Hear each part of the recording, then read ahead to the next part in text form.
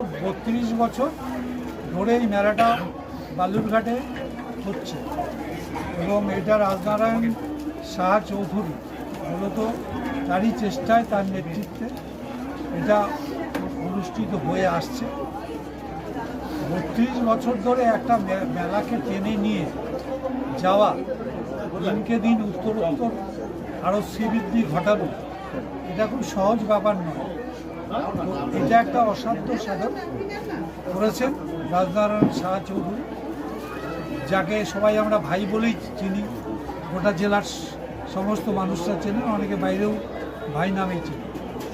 সেই জন্য তার সপক্ষে বলবার জন্য আমার মনে হয় কোনো বিশেষণই দরকার পড়ে না।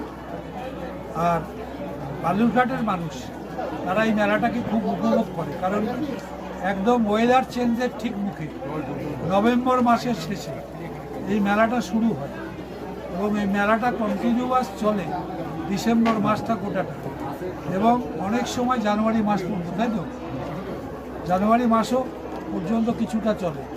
তো সেই জন্য এই মেলার দিকে মুখিয়ে থাকে বালুরঘাটের মানুষ। কবে এক্সপো মেলাটা, এক্সপো বালুরঘাট এটা আসবে, হবে, এবং কি কি নতুন হচ্ছে দোকানপাট বা বিভিন্ন খাবার স্টল, এগুলো কি আসতে পারে বা আসবে, এগুলো নিয়ে মানুষের একটা আগ্রহ থাকে। ছোট ছোট ছেলে মেয়েদের নিয়ে বাবা মারা তারা এই মেলাতে আসতেও ভালোবাসে, আকর্ষণ বোধ করে। এই মেলাটা নিঃসন্দেহে খুব ভালো, আমাদের জেলার পক্ষে একটা ভালো সিম্বল।